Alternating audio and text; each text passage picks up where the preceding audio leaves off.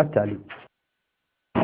مساء الاثنين الماضي كان رجال الشرطة على موعد مع نصاب لطالما ابتز الكثيرين بلباس امرأة بعدما أبلغ أحد المواطنين بمكان تواجده لقسم شرطة الحميري الذي انطلق جنوده صوب المكان، حيث كان ما لم يكن في الحسبان وخارج إطارات التصور امرأة بكل ما للأنوثة من معنى، غير أنه رجل وقف أمامه رجالات الأمن في حيرة من أمرهم قبل أن يقتادوه باستحياء إلى مركز الشرطة.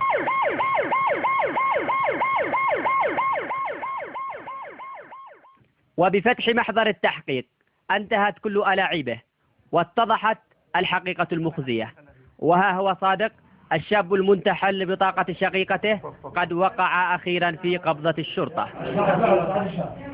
تبلغنا في تمام الساعة 10:30 مساء من الأخ مدير مركز الحميري العقيد شكري نجار بوادعة وجود شخص لابس ملابس امرأة.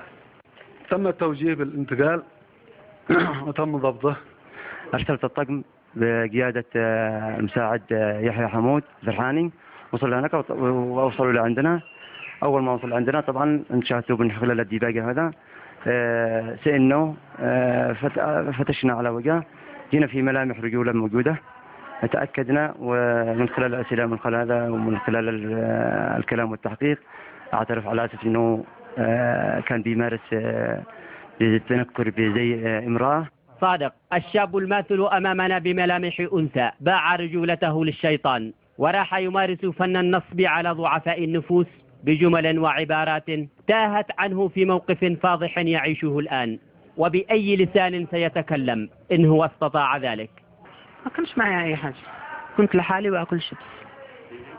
يعني لما قبضوا علي كنت لحالي.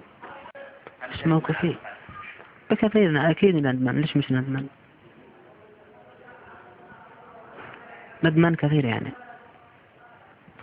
بس أنا أتمنى إن شاء الله أن الباري يتوب علي ومع إن شاء الله ما أكررش هذا الأشياء بإذن الله الأمية وفقدان الوازع الديني والأخلاقي وقبلهما التربية سبب رئيسي لما هو فيه الآن، وإن كان قد تذرع بفقر وحاجة لن يسقط عنه العقوبة.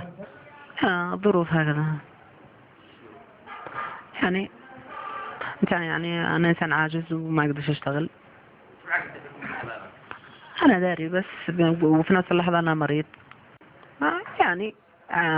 تعارف الدين الرقمي من هذه الأشياء، مقدرش إن أنا أسوي معه حاجة أو هذا شيء مستحيل بس أحاول إني أواعده أقدر أخرج حاجة منه بطريقة طبعا الغرض من هذا من خلال التحقيقات من خلال أقواله هو ابتزاز المواطنين واستخراج فلوس مبالغ مالية باسم العشاء وباسم الغداء وباسم القات باسم كذا كذا، وتارة يفعل طبعا يطلع فوق السيارة ويفعل مشاوير معهم ويوهمهم على أساس أنه مرأة وأنه بيجلس معهم أو يصير معهم الكلام هذا. ومن خلال هذا طبعا العمل هذا له يمكن أكثر من 2 بيمارس الكلام هذا، والدليل على ذلك الشعر اللي موجود على الشخص نفسه يده مربي.